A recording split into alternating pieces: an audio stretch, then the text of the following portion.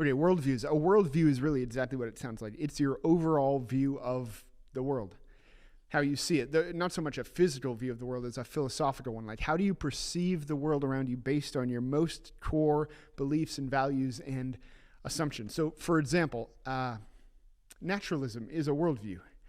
Like, naturalists would believe that only natural laws exist in the universe, so there can be no God, and people are just evolved animals. Like, all of that comes out of the naturalist worldview. Pluralism is a worldview. Like, pluralism would believe there's lots of different ways to God, and they're all valid, they all exist, and they can all coexist.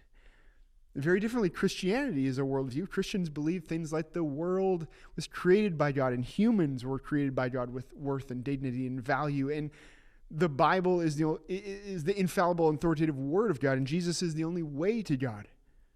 And obviously there's way more worldviews than that in the world, and that some can overlap. But from those three, you can see that the naturalist, the pluralist, and the Christian perceive the world very differently. And based on their different worldviews, you can guess that they're going to live very differently. Like, they likely will have some different morals, different ambitions, different thoughts about how to live and why to live and where to live and how to treat other people and so forth. And it made sense that they're going to be different on those things because they're looking at the world through a completely different set of glasses.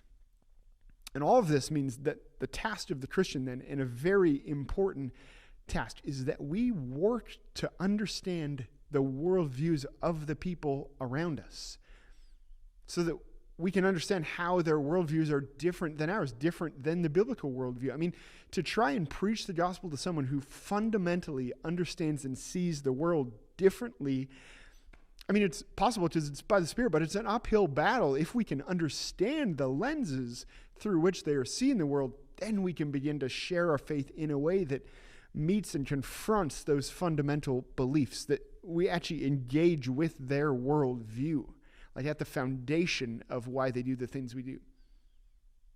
So all that to say, I mean, as we go out as missionaries in our particular mission fields, may we take the time to actually listen to, identify, and understand the worldviews around us. I think Christians should be the experts in their culture as to which worldviews exist and how those worldviews affect the values and the actions of the people in their society and culture.